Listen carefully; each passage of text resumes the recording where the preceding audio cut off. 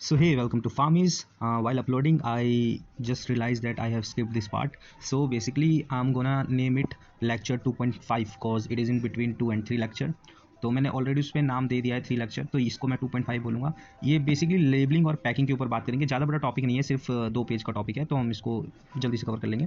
तो labelling, you know what labelling and packing, मतलब कि आप पैकिंग कर दोगे किसी भी ड्रग को और उसके ऊपर लेबल इज़ मस्ट, क्योंकि मेडिसिन के बात करें तो labelling is very important. Like पीछे कितना इंग्रेडिएंट है, कैसा इंग्रेडिएंट है, उस पर क्या है, तो सब कुछ बहुत ही इंपॉर्टेंट हो जाता है लेबलिंग करना। लेबलिंग मतलब समझ लो लेबल लगाना, उस पर थप्पा लगाना, like whatever you can imagine it.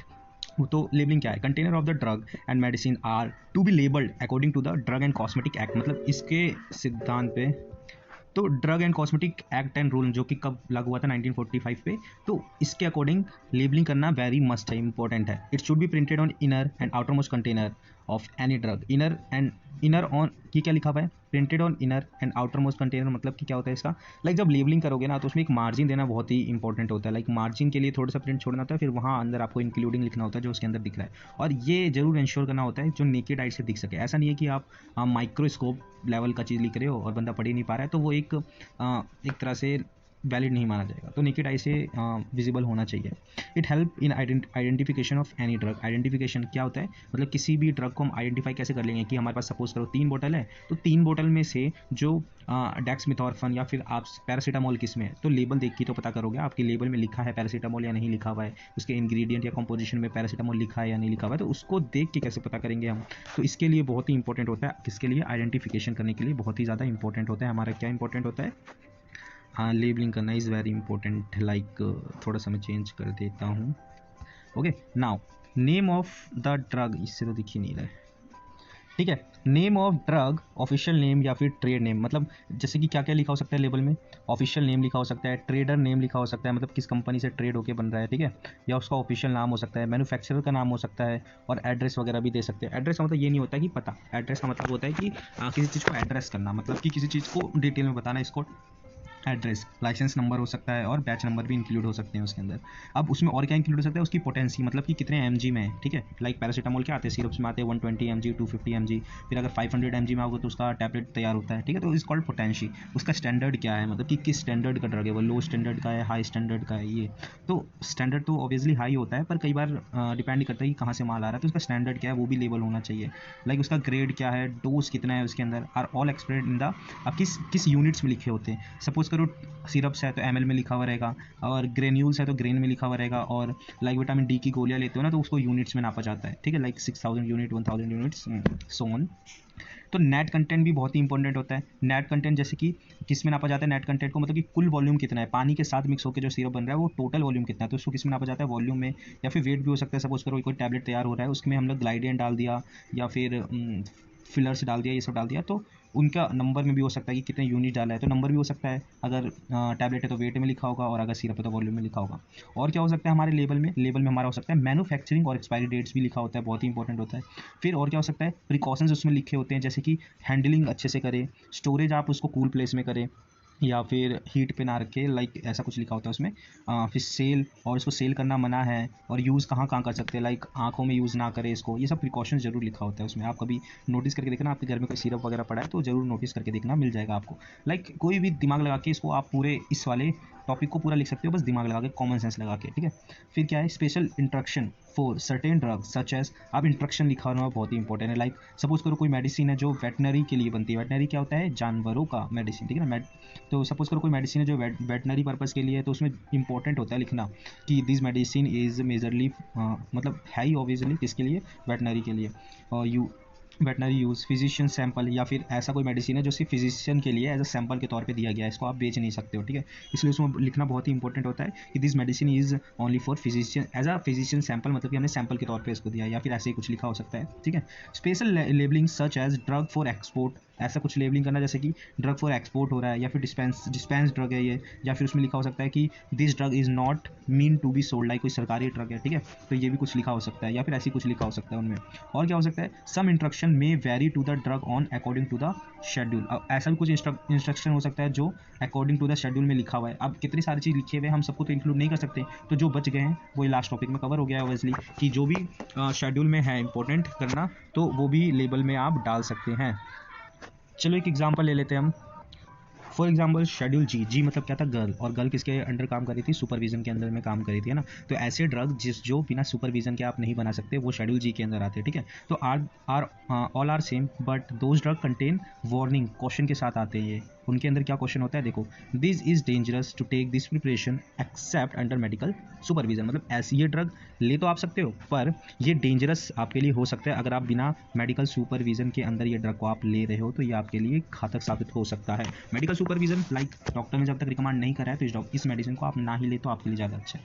Schedule H क्या होता है, H4, हमें पता है H4 कुछ नहीं है। किसी भी नॉर्मल मेडिसिन को घुमा के देखोगे तो वहाँ पे एक रेड कलर का लेबल होगा, उसमें शेड्यूल एच जरूर लिखा होगा। शेड्यूल एच मतलब क्या होता है, अगर फिजिशियन या फिर किसी डॉक्टर ने आपको रिकमेंड करा है, या फिर ऐसे ड्रग अगर आप एक फार्मासिस्ट हो और आप डिस्पेंस कर रहे हो, तो अगर जिसके पीछे शेड्यूल एच लिखा हुआ है, तो आप उसको तभी डिस्पेंस कर सकते हो अगर प्रिस्क्रिप्शन आपके हाथ में हो, वरना नहीं डिस्पेंस करना है, ठीक है। ये शेड्यूल एच के अंदर आते हैं, पर ये बोल तो दिया है, पर कहीं किसी मेडिसिन स्टोर में जाओगे तो आपको ये बिना प्रिस्क्रिप्शन के भी दे देते हैं, क्योंकि यार उन्हें भी कमाना है, क्योंकि डिग्री में भी हुआ है, बहुत सारे पैसे खर्च हुए। अब इस पूरे लॉ में चलोगे तो आपका नुकसान हो जाएगा। मैं ये नहीं कह रहा कि करो, पर हाँ, आप करते हैं, आप लोकल मार्केट में जाओगे शेड्यूल एच वाले ड्रग आपको मिल जाते हैं इसलिए, ठीक है।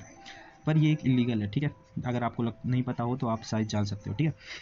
उसके पीछे क्या होता है, उसके लेबल में RX लिखना बहुत ही ज़रूरी होता है, वार्निंग के साथ। क्या वार्निंग, इसका मतलब होता है, शेड्यूल एच का मतलब होता है not to be sold by retailer without prescription, ठीक है, जैसे कि मैंने बता दिया। शेड्यूल एक्स क्या था, एक्स मतलब होता है, एक्स मतलब कि डेंजर, और मैंने क्या बनाया था, एक्स मतलब एक्समस्ट्री, और एक्समस्ट्री और एक्स मतलब डेंजर, मतलब ऐसे ड्रग जो कि डेंजर, और डेंजर ड्रग क्या हो सकते हैं, आपके नार्कोटिक वाले ड्रग्स जो कि नशीली होते हैं। तो इसमें ज़रूर लिखा होना चाहिए, क्या लिखा होना चाहिए, ये तभी बिकेगा जब RMP, रजिस्टर्ड मैन्युफैक्चरर प्रैक्टिस जो होता है ना, जो बंदा होता है वही इसको बेच सकता है, वो भी प्रिस्क्रिप्शन पे ही बेचेंगे इसको ऑब्वियसली।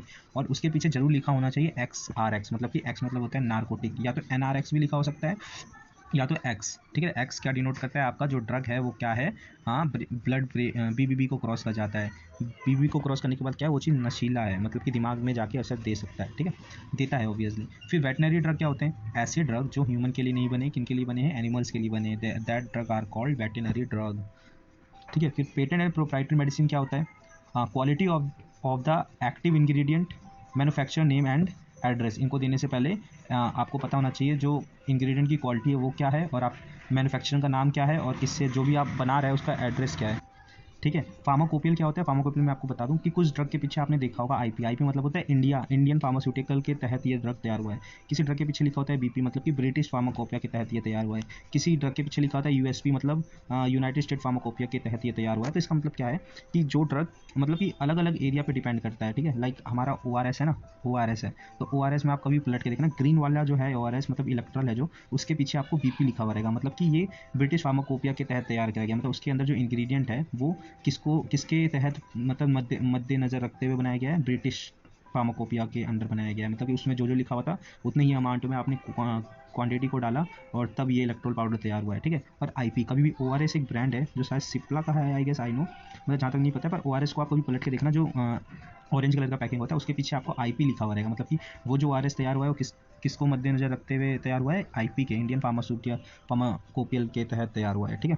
तो ये डिपेंड करता है कि ड्रग किसके कौन से फार्माकोपिया के तहत तैयार हो रहा है, और उसमें रिकमेंड मतलब मेंशन करना जरूरी होता है, ठीक है ना। फिर आता है हमारा प्रिपरेशन फॉर एक्सटर्नल एप्लीकेशन, मतलब कि अगर आप शरीर के बाहर अंग के लिए तैयार कर रहे हो तो external, use for external only लिखना बहुत इंपॉर्टेंट होता है आपके लेबल में। लाइक सपोज करो स्केबीज एक लोशन होता है जो फंगल इन्फेक्शन में यूज़ होता है, ठीक है, स्केबीज, तो उसके पीछे साफ साफ लिखा होता है कि आंखों से बचा के रखिए और एक्सटर्नल पर्पस के लिए ही बनाए, उसको गलती से भी इंजेक्ट ना कर ले, मतलब कि पी ना ले, ठीक है। तो ये कुछ इंपॉर्टेंट था जो लेबलिंग करते वक्त आपको ध्यान देना होता है। फिर हमारा लास्ट टॉपिक क्या है, specimen label for drug and cosmetic. Specimen क्या होता है, तो इसको आप ऐसे याद कर सकते हो, मतलब जो पूरा लेबल होता है ना, लेबल में जो चीज़ लिखा होता है, जहाँ पे मेन चीज़ लिखा होता है, उसको आप स्पेसिमेन लेबल्स कह सकते हो, ठीक है ना। अब वो डिपेंड करता है कि कहाँ पे लगना है, तो कंटेनर के लेबल में लगना होगा, ठीक है। कंटेनर के लेबल के साथ साथ कहाँ लगना होगा, उसके इनर मोस्ट कंटेनर में लगना इज़ वेरी नेसेसरी, और जहाँ पे ड्रग प्रेजेंट है ऑब्वियसली।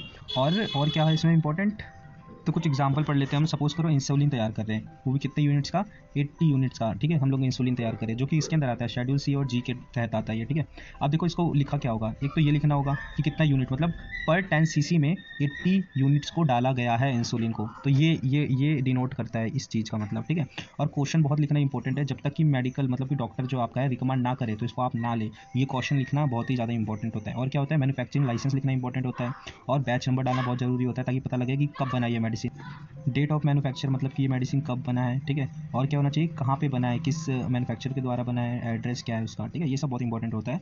एक सपोज करो यूनिट बनाने के लिए, मतलब कि एक तरह से पेरेंटल चीज़ बनाने के लिए, आप सपोज करो कोई लोशन तैयार हो रहा है तो उसमें क्या लिखना होगा, मतलब उसका ब्रांड लिखना होगा, कितना कंटेन कर रहा है वो, इंग्रेडिएंट लिखना होगा, उसके अंदर क्या है इंग्रेडिएंट लिखना होगा, ठीक है, उसके बाद क्या है कॉशन लिखना होगा कि फॉर एक्सटर्नल यूज़ ओनली है, और साथ साथ किसने बनाया है और उसका एड्रेस, ठीक है, ये लोशन के लिए था। और सपोज करो कोई टैबलेट बन रहा है तो उसमें लेबलिंग में क्या इंपॉर्टेंट होगा, अगर नार्कोटिक है तो शेड्यूल एक्स लिखना बहुत जरूरी है, मतलब कि NRX या फिर क्या लिख सकते हो XRX भी लिख सकते हो आप, ठीक है, तो ये बहुत इंपॉर्टेंट होता है। और इसमें क्या होगा, सेम वही चीज़ है, पहले लिखना होगा कि उसका कॉन्स्टिट्यूएंट्स क्या है, मतलब कि इंग्रेडिएंट क्या डले हुए हैं इसमें, ठीक है, और क्या लिखना होगा कि ये शेड्यूल लेबल डालना जरूर इंपॉर्टेंट है कि ये शेड्यूल एक्स का ड्रग है, और वार्निंग भी लिखना पड़ेगा, बिना प्रिस्क्रिप्शन के ना दे, और अगर कोई प्रिस्क्रिप्शन है भी तो बिना RMP रजिस्टर्ड मैन्युफैक्चरर फार्मासिस्ट के अगर रिकमेंड कर रहे हैं तभी ले, वरना ना ले, तो ये बहुत इंपॉर्टेंट हो जाता है, ठीक है, लिखना। फिर क्या लिखना होता है कि किस कंपनी ने बनाया है, उसका एड्रेस क्या है, फिर सपोज करो बैच नंबर है वो भी डालना इंपॉर्टेंट होता है, मैन्युफैक्चरिंग एक्सपायरी डेट ये सब भी डालना बहुत इंपॉर्टेंट होता है, ठीक है ना, तो ये कॉमन चीज़ है जो मैंने ऊपर पढ़ा दिया, उसी चीज़ को मिक्स करके आप लिख सकते हो। फिर क्या है लिस्ट ऑफ परमिटेड कलर्स, मतलब कि कुछ देखो मैंने अभी बताता हूँ, जो यूनाइटेड स्टेट में है ना फिलहाल में टाइटेनियम ऑक्साइड को बैन कर दिया गया है क्योंकि एज अ कैंसरस कार्सिनोजेनिस है ये, पर इंडिया में फिलहाल बैन नहीं है ये, तो कुछ सपोज करो इंडिया में भी कुछ कलर्स हैं जो बैन है, तो उनको तो हम यूज़ नहीं कर सकते बनाने के लिए, इसलिए हमेशा हर साल लिस्ट तैयार होता है कि कौन से कलर को आप अपने दवाई में बना के बेच सकते हो, तो उसी का है लिस्ट ऑफ परमिटेड कलर, जो भी परमिटेड है मतलब यूज़ कर सकते हैं दवाइयों को बनाते वक्त, तो are those drug which are added to the medicine, मतलब कि कलर देने के लिए यूज़ करा जाता है मेडिसिन में। द कॉमन नेम, कुछ कॉमन नेम उसके क्या है यहाँ पे नीचे लिखे हुए हैं, और अगर जो भी कलर डालते हो आप आपके लेवल में उसको मेंशन करना बहुत ही ज़्यादा इंपॉर्टेंट होता है, ठीक है ना, तो ये भी हर चीज़ मतलब जो भी चीज़ आप ड्रग बनाने के लिए यूज़ कर रहे हो वो तो लिखना ही लिखना है, वेरी कॉमन, ठीक है। The medicine of to which this colour are added are not to be deemed to be misbranded due to the fact of adding colour with him, मतलब कि ऐसा कलर डालो जो कि रिएक्टिव ही ना हो, मतलब इस साफ साफ कहने का मतलब क्या है, ऐसा ड्रग हम मतलब ऐसा कलर हम यूज़ कर सकते हैं ड्रग बनाते वक्त जो कि ड्रग के साथ रिएक्शन ही ना दे, मतलब उसका कोई थेरेपेटिक रोल ही ना हो, ना ही उसमें कुछ बदलाव करे, मतलब कि मिस ब्रांडेड ना कर पाए, तो उसी तरह के कलर को हमें लेना है, ठीक है ना। तो इसके अंदर कुछ क्या आता है, जैसे कि सपोज करो कोई नेचुरल कलर ले लो आप, नेचुरल कलर में क्या होता है, कैरेटीन होता है, कैरेटीन हमारे किस में प्रेजेंट होता है, कैरेट में प्रेजेंट होता है, ठीक है, आई गेस ये कौन सा कलर देगा आपको, रेड कलर देगा, ठीक है, कैरोटीन। फिर करक्यूमिन, क्लोरोफिल कौन सा कलर देता है आपको, ग्रीन कलर देगा, ठीक है ना। और क्या है हमारा रेड ऑक्साइड ऑफ आयरन, ये थोड़ा आपको ब्राउनिश सा कलर देगा, ठीक है। और क्या है एनेंटो एंड टाइटेनियम डाइऑक्साइड मैंने बताया फिलहाल ब्रिटिश में बैन है, इंडिया में बैन नहीं है, ब्रिटिश में बैन है, मतलब कि यूनाइटेड स्टेट्स में बैन है ये, अभी फिलहाल इंडिया में बैन नहीं है ये। और क्या है आर्टिफिशियल कलर है ये, जैसे कि कैरामिल कौन सा कलर देता है आपको, ऑरेंज, या फिर ऑरेंज और ब्राउन के बीच में जो आता है ना, कैरामिल खाया होगा एल्पेनलीबे कैरामिल, तो वो वाला कलर देता है। कोल तार कलर्स, ज़्यादा क्वांटिटी में इसको लोगे तो बहुत ही साइड इफेक्ट है इसके, पर हाँ कुछ लीगल क्वांटिटी में यूज़ करना लीगल है इंडिया में, ठीक है। तो उसके अंदर क्या है आपका, जैसे कि फिनाइलिन डाईअमीन, फिनाइलिन मतलब क्या होता है, फिनाइल ग्रुप, ठीक है, फिनाइलिन डाईअमीन, ठीक है ना, फिनाइलिन डाईमीन, तो इसका नेट स्ट्रक्चर आप देख सकते हो। Phenylenediamine is a particular coal tar dye use in many hair dyes, तो जो आप बालों पे लगाते हो, जो डाई लगाते हो उसमें क्या यूज़ होता है आपका, फिनाइल इन डाईअमीन, मतलब दो अमोनिया और फिनाइलिन के बीच में डबल बॉन्ड, ठीक है ना, दिस इज कॉल्ड फिनाइल इन डाईअमीन, मतलब डाई आ रहा है इसमें, डाई से ही सुन याद हो जाएगा आपको, फिनाइल इन डाईअमीन। फिर आपका क्या है colour and there chemical names, तो कुछ सिंथेटिक कलर के बारे में हम पढ़ लेते हैं। सिंथेटिक कलर्स, तो ये रहा सिंथेटिक कलर्स का लिस्ट, जैसे कि क्विनीजरीन ग्रीन एसेस, ये कलर इंडेक्स अगर नाम भी याद करो तो ज़्यादा इंपॉर्टेंट है, पर जो अगर इसका कोड नंबर भी होता है, ठीक है, तो कोड नंबर इसको ना लिख के लेबल में आपके ये भी लिखा हो सकता है, तो इसका मतलब क्या होता है क्विनीजरीन भी यही मतलब होता है, ठीक है ना। तो इसका केमिकल नेम क्या है, ये IUPAC नेम है, ये कॉमन नेम है, और ये इसका कलर इंडेक्स कोड है, मतलब कि इन तीनों में से कुछ भी लिखा हो सकता है आपके लेबल पे, ठीक है ना, तो मेंशन करना इज़ वेरी इंपॉर्टेंट। तो क्या है क्विनाजरीन ग्रीन कलर एसेस है, जो कि ग्रीन कलर देता है आपको, उसका कलर इंडेक्स क्या है 61565, ये नहीं याद करना है आपको, ऑब्वियसली याद नहीं होगा, पर कुछ कॉमन है तो उसको भी याद कर सकते हो आप, ठीक है। इसको हम केमिकल नेम में क्या लिख सकते हैं, 1,4-bis एना एंथेरोक्विनोन, ठीक है, ये सब रटने वाली चीज़ है। दूसरा चीज़ क्या है एलिजरीन साइनिन, ये कौन सा कलर देते हैं, ये भी ग्रीन कलर देते हैं, ठीक है। फिर क्या है फास्ट ग्रीन FCF, फिर ग्रीन एस जो कि बहुत ही ज़्यादा यूज़ होता है। फिर येलो कलर के लिए हम क्या यूज़ कर सकते हैं टार्टिजरीन, ठीक है ना, टार्ट्राजीन, फिर सनसेट येलो FCF यूज़ कर सकते हैं, क्विनिलीन येलो भी यूज़ कर सकते हैं हम लोग। रेड कलर के लिए बहुत ही ज़्यादा वो है, फेमस है अमारंथ, ठीक है, अमारंथ बहुत ही ज़्यादा फेमस है। तो अमारंथ कई बार रेड कलर भी देता है और कई बार ग्रीन में भी बोला जाता है, पर आप इसी टेबल के हिसाब से याद करो तो ज़्यादा सही है। तो अमारंथ क्या है, आपको रेड कलर देता है। एरिथ्रोसिन कौन सा कलर देता है, रेड कलर देता है। अमारंथ मतलब निंजा थोड़ी में हमारा याद होगा आपको। एरोथिसिन क्या होता है, हाँ सॉरी, एरिथ्रोसिन क्या था आपका, रेड ब्लड सेल है ना, उससे थोड़ा एरिथ्रोसाइट्स, इससे कलर थोड़ा जाना पहचाना है, तो एरिथ्रोसिन वैसे ही याद हो जाएगा। ईओसिन, ई से समझ लो आपको रेड कलर ही मिलेगा, तो ईओसिन या फिर ईओसिन जी या फिर ईओसिन YS, ये सारे रेड कलर देंगे। टोनी स्टार्क कौन से कलर का था आपके, रेड कलर का आयरन मैन था ना, तो टोनी रेड। और सुडान 3 किस में यूज़ हो रहा था आपको याद करो, वोलेटाइल ऑयल में यूज़ हो रहा था, ठीक है ना। सुडान 3 वोलेटाइल के मतलब टेस्ट में यूज़ हो रहा था सुडान 3, ठीक है ना। तो ये रेड कलर देगा आपको। पॉन्स, ये बहुत ही ज़्यादा देखो, ये जो है ना शुगर की दवाई में बहुत ही ज़्यादा यूज़ होता है। ये क्या है, पॉन्स्यू, क्या है ये, पॉन्स्यू 4R, ठीक है ना, शुगर में ज़्यादा यूज़ होता है, शुगर के मेडिसिन में जो कोटिंग होती है। पॉन्स्यू 4R ये रेड कलर का होगा। फिर कार्मोइसिन भी किस में यूज़ होगा, रेड कलर देने के लिए कार्मोसिन यूज़ होगा। फास्ट रेड ई देने, फास्ट रेड होता है ना, फास्ट कार्ड सुना होगा आपने, किसका वो fast out, sorry all out का या किसका है, मतलब कि 10 रुपये का आता है, उसको जलाने से तुरंत जल जाता है और मच्छर मर जाते हैं ना, तो फास्ट गार्ड वो भी लाल कलर का ही होता है पैकिंग में, तो उससे ये याद कर सकते हो आप, फास्ट रेड ई। तो ये भी कौन सा कलर देगा, रेड कलर देगा। अब ब्लू कलर कौन कौन से देंगे, तो रेड वाले तो इजी हैं, ठीक है। ग्रीन वाले के लिए टाट्राजिन टमाटर जैसा कुछ याद कर सकते हो आप, ठीक है ना, पीले टमाटर टाट्राजिन, ठीक है ना। और ग्रीन के लिए भी इजी है, क्विनिजरीन है ना, क्विनिजरीन नाम जैसा है कुछ, अलीजरीन, ठीक है। तो ये भी जरीन आ जाता है लास्ट में, या फिर ग्रीन एस, ठीक है, ये तीन तो हमें कॉमन ही है, क्विनिजरीन, अलीजरीन और ग्रीन एस, तो ये ग्रीन कलर देंगे, ये भी याद हो गया हमें। येलो कौन सा कलर था हमारा, टमाटर था, टाट्राजिन, ये याद हो गया आपको। रेड कलर कौन दे रहा था, अमारंथ, एरेथ्रोसिन, ईओसिन, टोनी स्टार्क था तो टोनी रेड, ठीक है, या सुडान 3 या पॉश्यू 4R और फास्ट रेड ई, ये बहुत इजी थे, तो रेड के तो ज़्यादा एग्जांपल हमें याद हो गए। फिर आता है ब्लू कलर कौन देते हैं, ब्लू कलर सिंपल सी बात है, इंडिगो गाड़ी का नाम है, ठीक है, इंडिगो कार्मिन, तो ये याद हो गया आपको इंडिगो। फिर brilliant blue FCF, brilliant blue नाम से ही पता लग रहा है ब्लू कलर देगा आपको। वॉयलेट कलर कौन से देंगे, वॉयलेट कलर देंगे आपको अलीजुरोल पर्पल, ठीक है, पर्पल ही वॉयलेट जैसा हो जाता है, अगर उसको हम लोग मतलब कि पतला कर दें, डाइल्यूट कर दें, तो पर्पल कलर जैसे ही दिखता है, पर्पल ही वॉयलेट जैसा दिखता है, तो अलीजुरोल पर्पल वॉयलेट कलर देगा आपको। ब्राउन के लिए क्या है, अच्छा, रिजॉर्सिन ब्राउन, नाम से पता लग रहा है, रिजॉर्सिन, राइनोसोर्स, ठीक है, राइनोसोर ब्राउन कलर के होते हैं, रिजॉर्सिन ब्राउन, ब्राउन कलर देंगे आपको।